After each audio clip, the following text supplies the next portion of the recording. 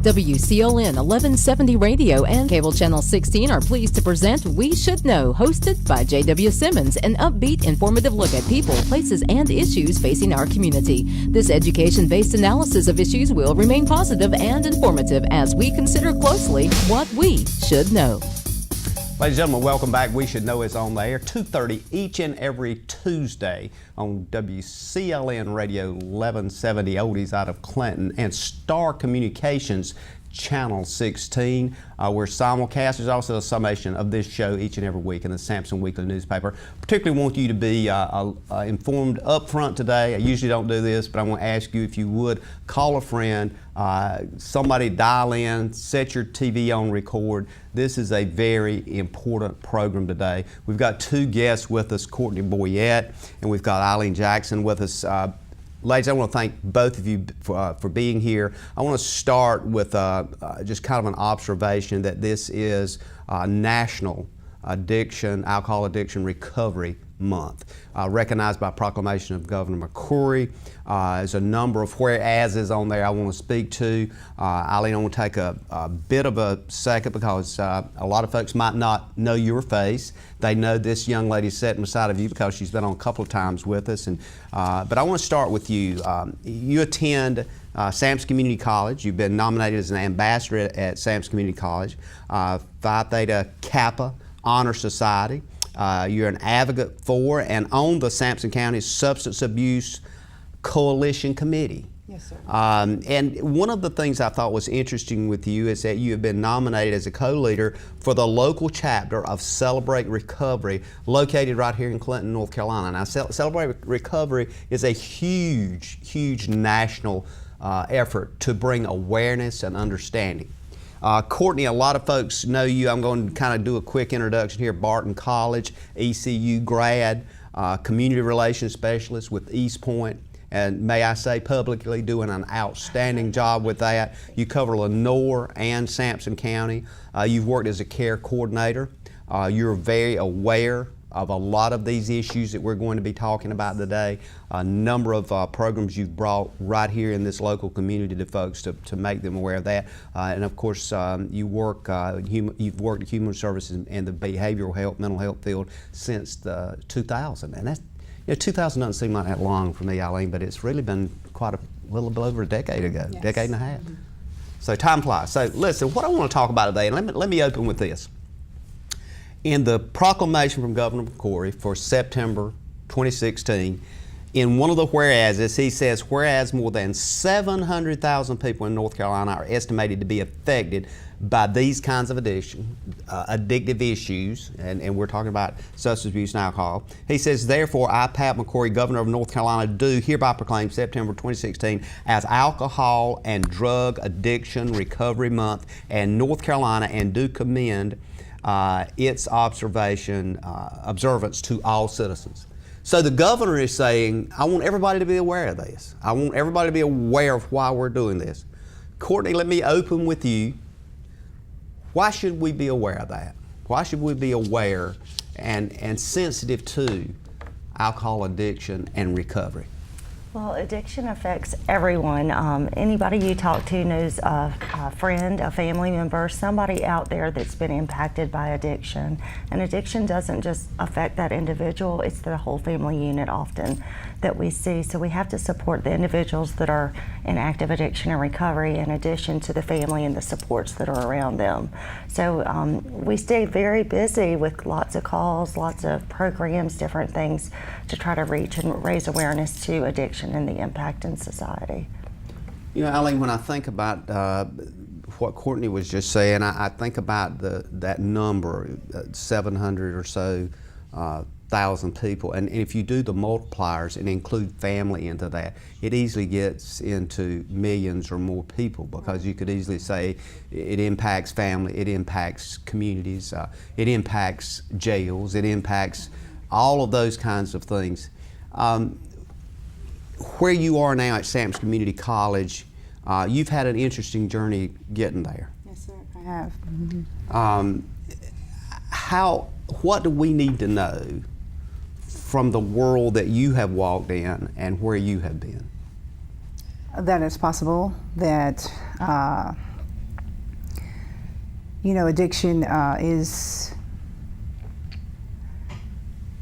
it's doable, but you can also function. There is functionality, but to come away from it completely, there is a battle. It's always a battle. There's always going to be a battle, which is why I first of all want to thank you for having me here, because I see it every day. I see people struggling. I see just the mindset and how people think. It just goes back to the disease. And addiction doesn't always necessarily mean the alcohol, the drugs. It's the behaviors, it's the thinking, and the perspective of where they're coming from. So if you can kind of get them away from that for just a few minutes, that's the hope right there. And when you can expound on that few minutes, it gets bigger and bigger. It's just like an addiction, it gets bigger and bigger.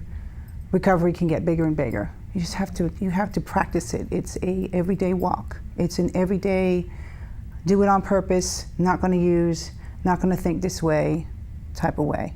That's how you walk. So Courtney, when we're talking about this subject, it occurs to me that there's a certain mindset that there's some kind of maybe a magic pill out there that you can take, and all of a sudden, if you have an addiction issue, if you have the in many cases the unfortunate situation of having that addiction gene, if there is such a thing, and I think there's some research that's pointing to that if you have that, you can take something and everything's okay. Can we cure addiction? It's definitely a treatable illness, but it's something that requires ongoing support. It's just like diabetes. It needs medication treatment, that type of thing. It's the same thing in the addiction world. That is one thing I kind of struggle with families that don't really understand. They think their loved one's going to go to a treatment facility or program. They're going to go, they're going to get it the first time, and they're going to be well.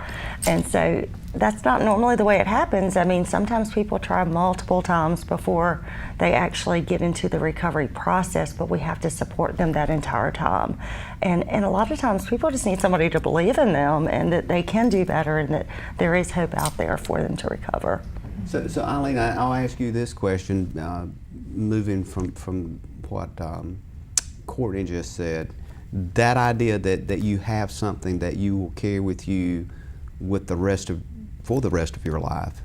How does that embody your spirit as a person? How do you survive that each and every day? And what do you say to those possibly thousands of people that's listening or watching this show that's maybe sitting there right now thinking, hadn't thought about that I've got a disease, hadn't thought about that it's something I can't cure. What do you say to those people?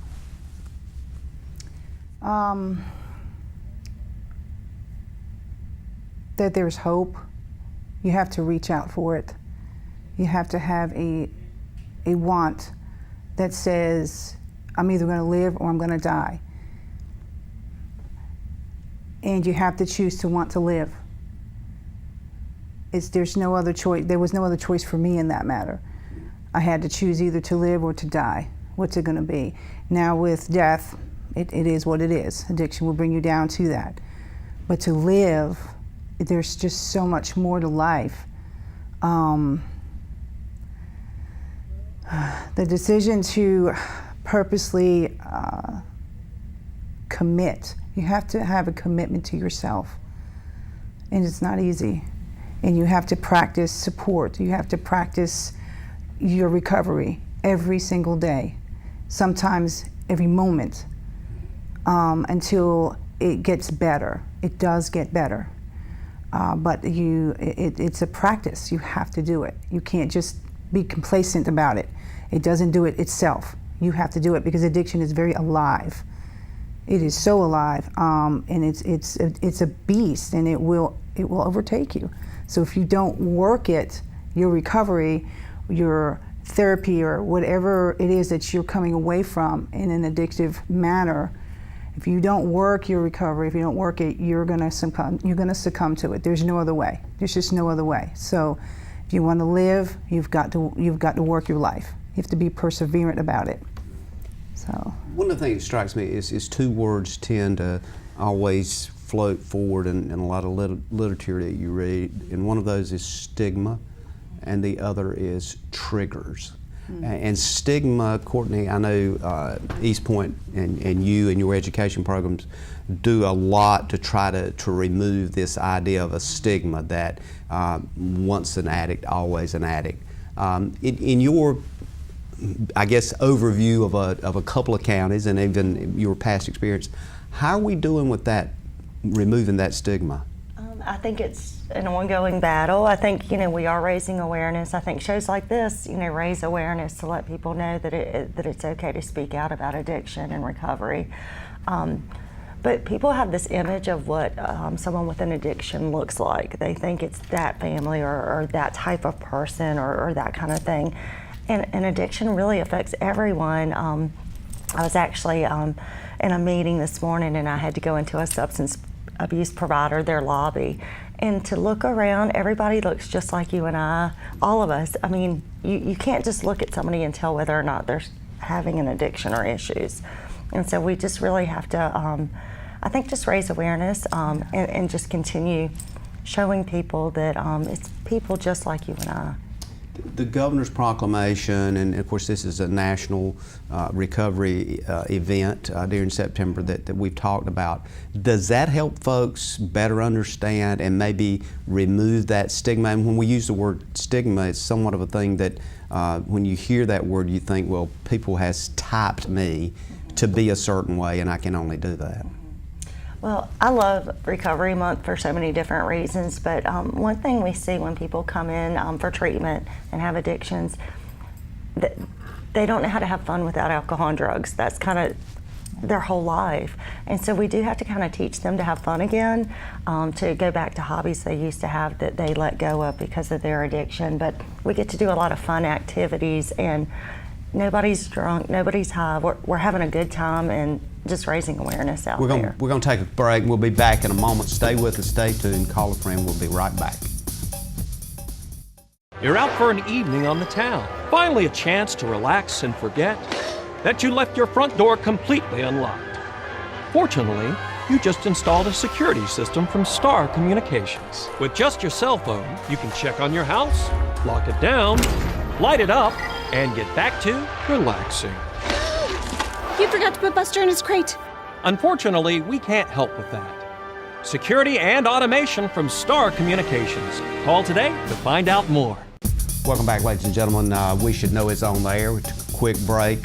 We're talking about a very serious, impacting subject today, and we're talking with two folks that know something about that. Courtney Boyette with East Point Behavioral Health, kind of an education specialist for East Point. And of course, we're talking with Eileen Jackson, and you also work with the Crisis Coalition here in the county. You have an aspiration to be an author. I do. And I think after meeting you and talking to you for a few minutes, you're going to have quite a story to tell once you get that book ready, and I want a signed copy. The other thing that I noticed in reading about you is that you feel like you're a person with a message that drives home the truth of recovery is possible. That folks that may be have an addictive issue. Right. And let's go ahead and pull that curtain back and say whether it's alcohol, whether it's cocaine, whether it's marijuana, whatever it may be, if it's an addiction issue, that there is a possibility. And you mentioned earlier that you could choose life or death. Right. Right. And so it sounds like you've decided to choose life. How hard was it for you to get there, to making that choice? Okay. For me, I was very removed from my environment, seeking, getting away from things. And at the time, I was very much deep in, to alcohol and drugs. In my path, running from my life situation, which led me to North Carolina, because originally I was from New Jersey. I've made my home here in Sampson County. And through that journey, the running away from it. As an addict, as a person that's trying to find a way out, because there is a lot of times there's closed-mindedness of there's no way out. There's no way away from this. I'm done. I'm labeled. It's an ends to a mean, but it's not. I don't know if a lot of people get that when they realize that they can come away from it. You've got to fight. It is a fight. It's not easy. I'm going to tell you right now, it is not an easy fight. Is it an ongoing battle? It is. It is an ongoing battle, because once you come away from the addiction, whether it be alcohol, drugs, marijuana, cocaine, then comes the real work. Then comes well, how do I act? Because you've been stripped away from something that you were so familiar with. That was you, that was your identity. That's what you identified with. And that's what addiction does, it steals your identity. So what you essentially are, you become a new creature, a new person. Sort of like a newborn baby, you really are. And you don't know what to do next. You don't know how to think, you don't know how to act, you don't know what to say to people. And the people that are around you don't know either, because if they're in your immediate support structure like your family, they're at their wits' end as well. They have to relearn how to live. So you're coming up through a lifestyle of relearning how to do things. You're essentially newborn. Like I said, you're a new creation, and that's how I like to word it. Once you start the process, of course you've lived life. You know how to brush your teeth. You know how to get up every morning. You just have to want to do better, okay? And the fight about falling back into it, that's a defining line right there, because you have to do everything you can not to pick up your next drink, not to go and look for the dope dealer, because that's how you handled it before. You have to find new ways to handle things, and those things come through supports. And sometimes it's not family, and it's not friends. A lot of times it's not family or friends. It's outside of that environment, surrounding yourself with something totally new. For me, I got down here, and I was still in addiction for the first 5 years of my life, I think, through here. And so through stumbling, almost going through the same processes I did from where I came from, I was like, wait a minute, I gotta stop. I don't want to keep doing this. So I knew I had to make changes. And not only that, I was by myself. There was no calling home. There was no real, true friends. And I have to really say that my faith was reactivated. We all have an inert,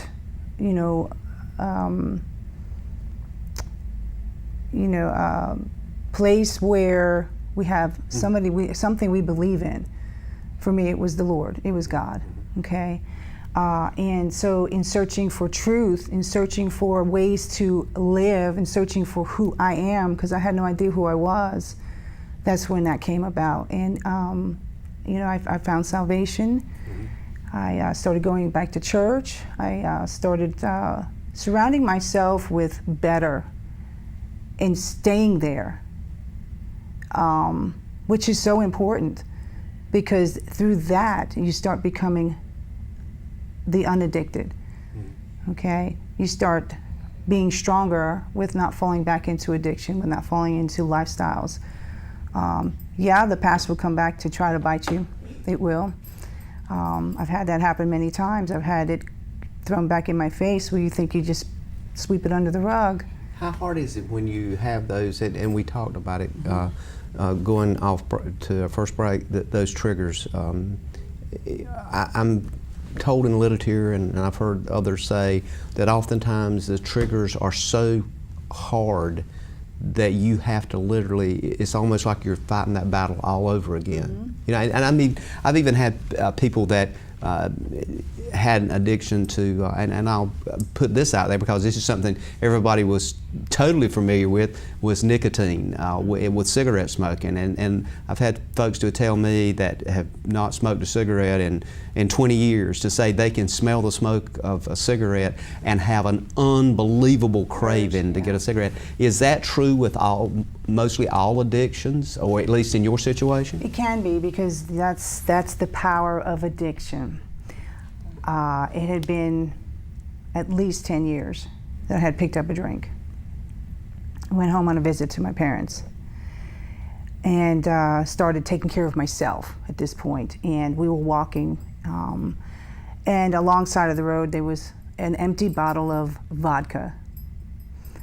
And it was a trigger at first in my mind, and I waited for it, because what I thought was going to happen was my saliva glands were going to start tightening up, and I could taste that alcohol in my mouth, and it didn't happen. I was very grateful for it. I thanked God for it. Immediately, I'm like, okay, so what was that? Yeah. Why didn't I get that overwhelming taste in my mouth again? And it was because I had cognitively, behaviorally changed. You know, my thought processes were almost wanting to draw me back. I'm like, not today. And what was really kind of funny in that situation was there was a small bottle, and then there was a bigger bottle later down the block as we were walking. I'm like, it doesn't matter how big it gets, I say no. You know, so it does get easier, but to get to that process, you have to work. There's work. There's no lying about it. There's no laziness about it. It is work, and it's commitment. Like a war, isn't it? It is a war. It is a battle. One of the things I want to kind of point out and help us understand that for quite a few people, a large majority of folks, and you mentioned alcohol, they could go and stop and have a glass of wine or have a shot of vodka, as you mentioned, and go about their day with no problem. But if you have an addiction disease, that's not possible, is it? No. No.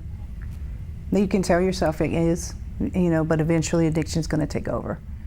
You will succumb to it. It becomes more and more because your body wants more and more. So it's an all or nothing situation? It can be. For certain people, yeah, it can be. And now there are people out there that will argue that and say, I can have a glass of wine, it doesn't bother me. I can smoke a cigarette once in a blue moon, social drinking, social smoker, doesn't bother me. That's okay, but let life get in the way of you where you can't handle it, and that relaxation and what the body does, you know, in your brain, what the brain does, it says, let's get some more of that. Remember, that's what we did. That's how we handled it. You know, those are just the basic knowledge of addiction itself. The neurotransmitters that are going off that it triggers, say, hey, let's take care of this. And eventually that addiction becomes so big, you can't control it. So science has proven yes. that recognizing, number one, that's a disease, yes. and number two, not everyone has that disease, but we have an overwhelming portion of the population, and just reading the governor's proclamation indicating 700,000 people, that's just an estimate, yeah. Most likely a lot more than that, literally may go through an entire week or 2 or 3 days, but then they may spend 3 or 4 days numbed out on yeah. some substance, and then become stable enough to get back to work and stumble through work, and then go 3 or 4 more days and whatever that substance is. So how broad is that? And something I think, Courtney, that would be interesting to discuss when we come back from break is looking at that from a broader sphere and talking about it specifically as an addiction, whether it is nicotine, whether it is alcohol. To some folks that do not recognize that, it can lead to other things. So there's another term that I want to leave with and come back with called co-occurring diseases. Right. So there's a connectivity, at least in the brain, yes. according to SAMHSA and other national research organizations that have looked at this. And I want you to kind of talk about that, and Courtney, I want you to add to that as we go to break. And Eileen, I want to thank you so much for sharing with us as well. So we're kind of coming up on our halfway portion of the show, and there's just so much I want to get in this few minutes, and I definitely want to make sure we talk about that when we come back. Ladies and gentlemen, We Should Know is what you're listening to or watching on Star Communications Channel 16. If you're listening to us on radio, WCLN Radio out of Clinton, North Carolina. We'll be back in one moment. Stay with us.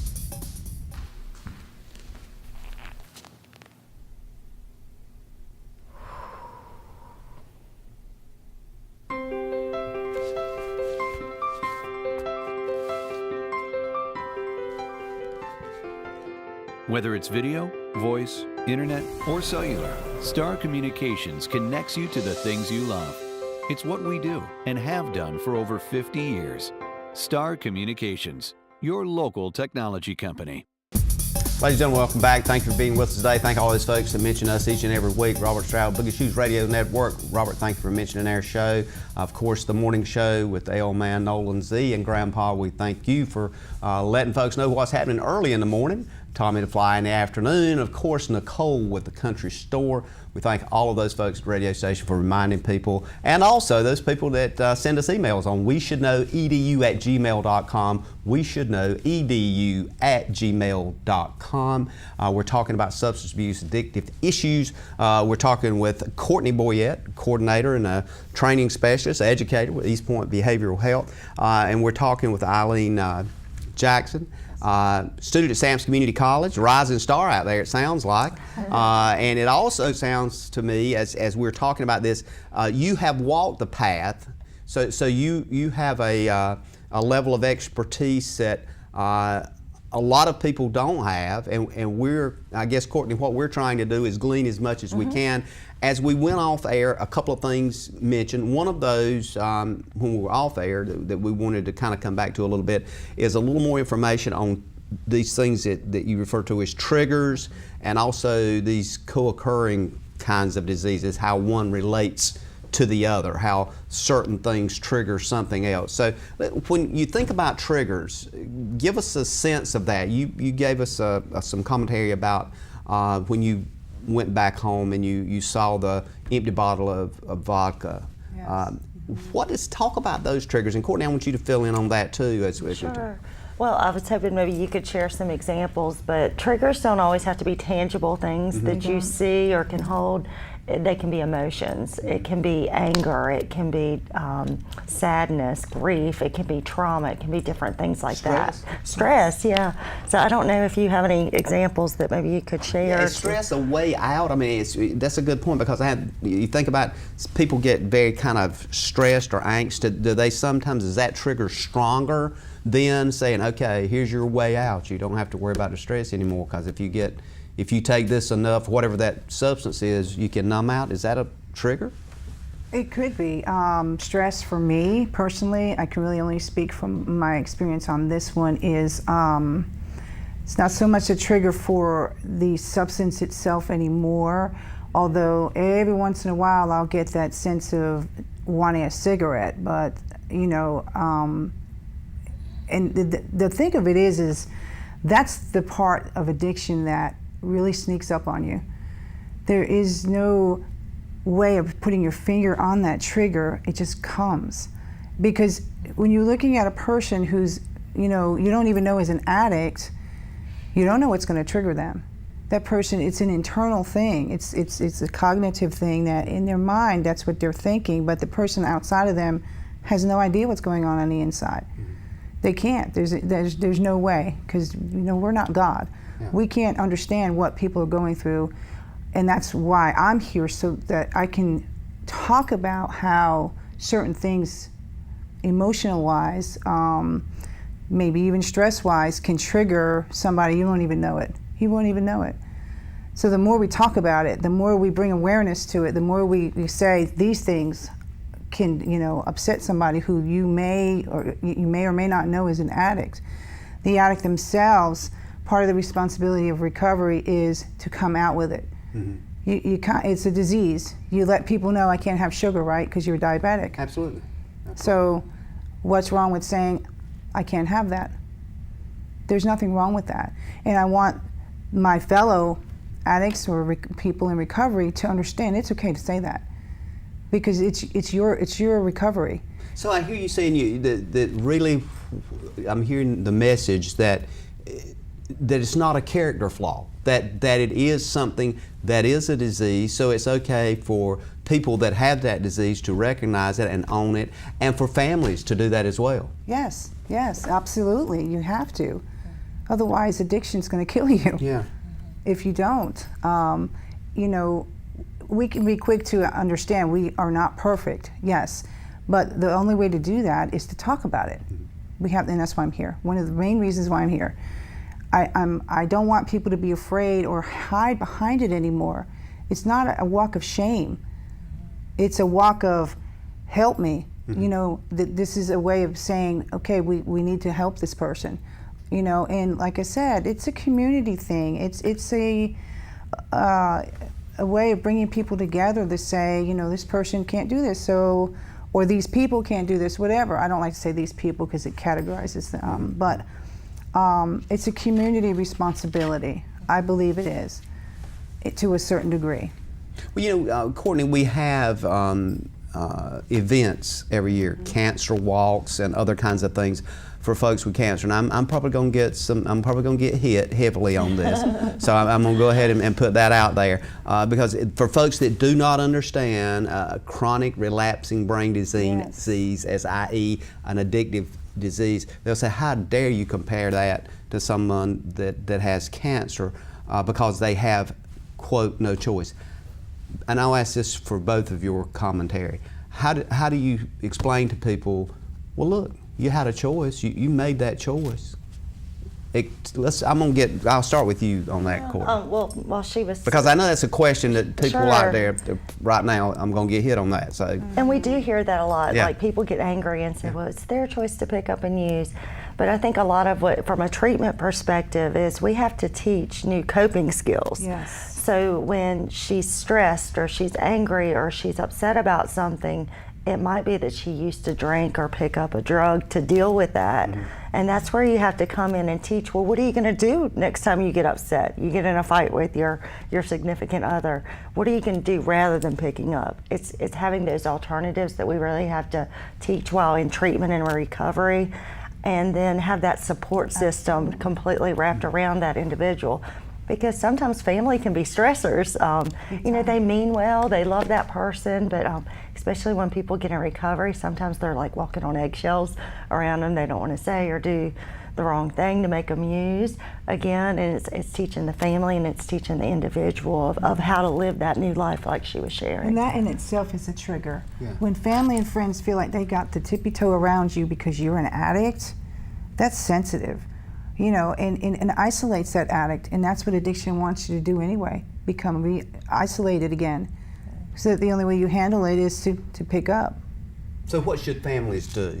For families that are listening to the show now that maybe has someone that's in recovery, maybe they're celebrating recovery, Yes. and they're looking at how should they look at that person, or should they say to folks, look, you know, Eileen, we don't need to be drinking. Have a drink of vodka around her. We don't need to have it. How should families approach that idea of the disease of addiction, and how should they deal with it from your experience? Well, be sensitive to the matter, really. I mean, you know, it's hard to tell your family members, you know, please don't drink around me and stuff like that. They're not going to do that. Yeah. My dad, he likes his little glass of wine, you know, and one holiday he offered me a glass and he'd poured it for me, and I was like, no, Dad, I'm good. Oh, come on, you know, and I said, no, please don't do that again. How was that for you, though? It wasn't hard. It actually got me to a point where I was like, you know, I understand. You may not understand it at this point, but I'm here to let you know you have to understand. I'm not gonna partake with you. I enjoy whatever you want to do, but we're not going to do that. But okay, let's get away from that part. Let's say with people with cancer or diabetes, or whatever the disease could be. I mean, the family is not going to say that a cancer patient, well, we can't do things that are cancerous. I mean, everything causes cancer just about, right? So, but they don't abandon the cancer patient either. They support them. They'll go to their chemo. They'll take them to the doctor, or they'll go to whatever they need to do to help them. You hold hands at church and pray for them. Yeah, yeah. Yeah. So I'm hearing you guys look at this and say, how do we get folks educated to understand that, number one, we're not dealing with the character flaw. You're obviously a good person. You're obviously well recognized at the college, and you're moving up in the world, but you're still fighting that disease. Courtney, from an education point of view, trying to educate the public, how do we educate the public of that? Two words that come to mind is be supportive and be non-judgmental, because when you see somebody that's had addiction and recovery, they may have relapses, and that's just part of the disease. That doesn't mean that you give up on them. It's just like if somebody has cancer and they get sick again, you don't give up on them because they've gotten sick again. You stay there, you try to support them. You do have to set boundaries though, because sometimes when people are in addiction, they do take advantage of loved ones around them. That does happen, but it's being supportive, but having those boundaries. That works the other way around. Mm-hmm. You do have to set boundaries as a recovering addict to say no. I'm not going to do that. And if you continue to put me in a situation, I'm going to have to change my environment. Yeah, you're going to have to leave and go somewhere else. Yeah. I mean, you're not going into a bar and sit down and to have a meeting with somebody. Right. Now, I sympathize with those that have no choice but to be in an environment where they are coming away from an addiction and they can't get out of that situation. But for the adult recovering addict that has choices, that can have their own place to live or whatever, that's what you need to do. You have to get selfish in your recovery at times. And like Courtney said, where the family has to set boundaries and limitations on the addict so that they don't do harm again to the family, the addict or the recovering person needs to also set those boundaries. Absolutely.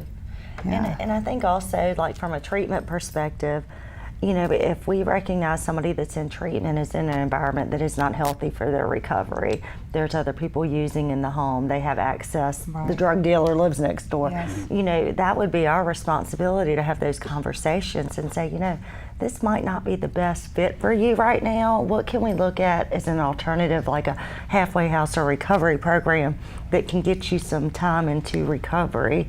Because I think she gave a great example as far as being able to say no, and that's very hard early on. It is. We're going to take another quick break. Ladies and gentlemen, we're taking a break. We're talking about addiction, addictive substance. We're talking about Celebrate Recovery Month. Stay with us. We'll be back in one moment. Give me a home where no burglar can roam, where my kids and their pets safely play. With security by star, I can check in from afar, hit the lights, lock the door, night or day. Really? Yeah, I can see my cameras, switch the lights, lock the doors, set the alarm, all from my phone. Their prices are right, my home's locked up tight, Star Security makes me feel great. Ladies and gentlemen, welcome back. We're talking with two folks today. We're talking with an educator with East Point MCO, Managed Care Organization, 12 counties in the eastern part of the state. Courtney Boyette, particularly you've got a couple of counties you cover, and folks have probably seen your name a lot. We're talking also with Eileen Jackson. Eileen, thank you for being here, part of the Crisis Solution, the coalition here in Sampson County that and you're also recognized at Sampson Community College, my old alma mater where I used to work for so many years. I love the community college system, a very strong organization. I want to bring, and this is kind of the final segment of the show, and there's so much, Courtney, we've talked about it, we could do a series on this. But in a recent event in Goldsboro, and you shared some information with me, and I'm just picking up on a father that his son was battling an addiction issue, and this is a quote from the media over there, and my understanding was that was a great event in Celebrate Recovery, but the father said, we spent a lot of time in emergency rooms. We would, he would go into overdose, then we would be in the emergency room trying to find somewhere to send him, somehow to get meaningful counseling or rehabilitation. And he continued to explain his story as a collaborative drug conference that was in just recently in Goldsboro. But the reason I bring that up, Eileen, is that there's these co-occurring things that go on, and as you talked about it affects family, friends, and even if you try to isolate yourself, it still impacts the community. We're talking millions of dollars spent on incarceration. Oftentimes the root cause, substance abuse, folks end up in detention facilities, various other places. When we look at that, help us understand from a friend, neighbor, what do you do? I find it kind of perplexing sometimes, because folks that do not have an addictive gene, so to speak, don't really understand what you've been through and how hard it is each day. Because every day you wake up, you think, well, I don't want to get in that situation. Or if, as you said a while ago, you see that bottle, or Courtney, as you pointed out, it may be an emotional thing, or you smell something. You could even hear a song. Absolutely. Oh, definitely. Yeah, and it takes you back to, man, I was out of it. I didn't feel anything. Talk about that. Well, there's no perfect solution to this. It's more of find what works for you and use it. Now, when it comes to what we're calling co-occurring instances where one thing leads to another. For me, starting out with the cigarette smoking, okay, already predisposed to an addiction.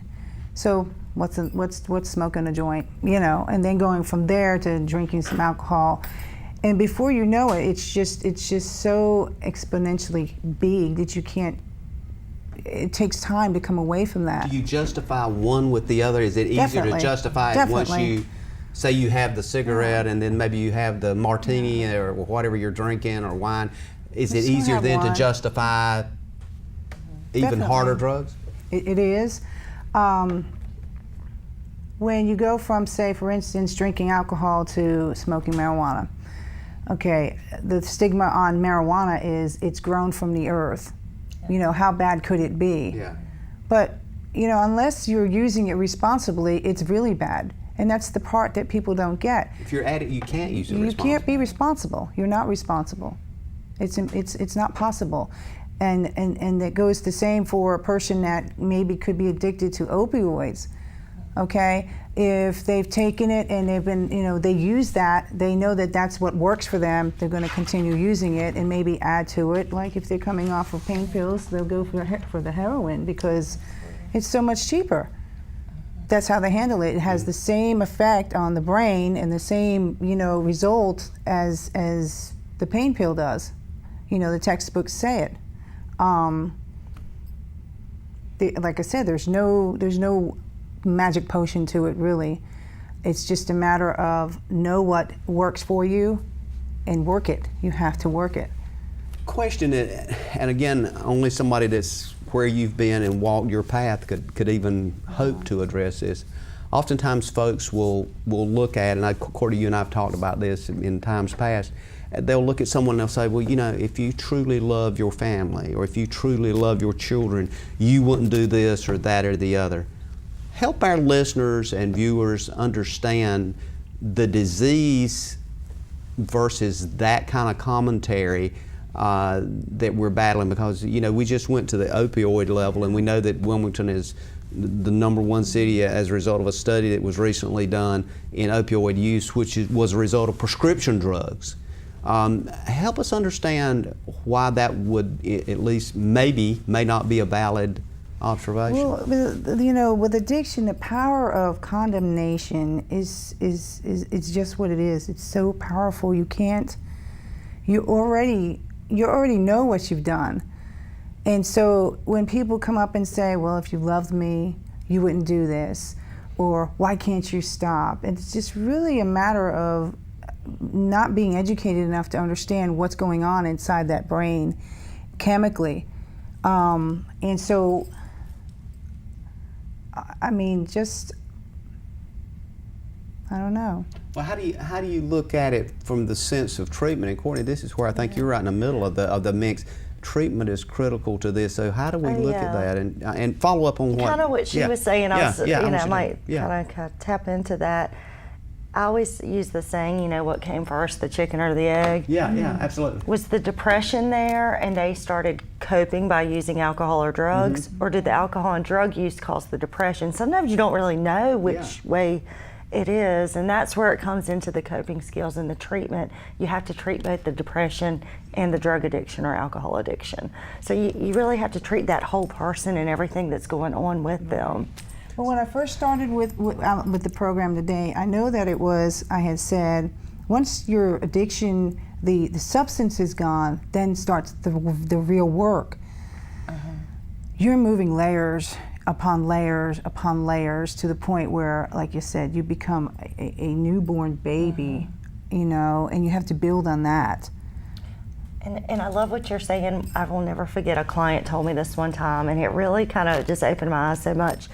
They were in recovery, and the one thing they said to me was, I just can't get used to feeling normal every day.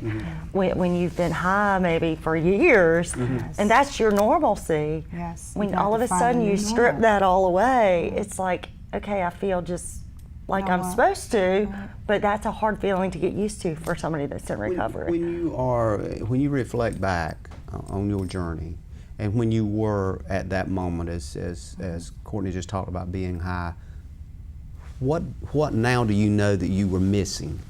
What were you not seeing? What were you not experiencing when you were on the drug? A sense of normal. Really. I had no idea who I was. I had no idea how to cope. I had no idea that, is this the way it's supposed to feel? And I'm still working through that now. 12, 13 years into recovery, I'm still working on that. And I pray a lot, and I say, you're going to have to get me, Lord, because I'm not going to know how to act. But to have a constant self-inventory and be very honest with yourself. You have got to be honest with yourself in your recovery process. Because if you are not honest with yourself, it's not going to work. You have got to be very honest with what you are and where you're at. You know, and so that's when I do. I pray and I say, I'm already thinking about how this scenario is going to work out. And this isn't even about addiction anymore. This is about just normal behavior, one to another, relationship-wise, of where I have to say, how's that going to work? Okay, and because, you know, your brain is working now.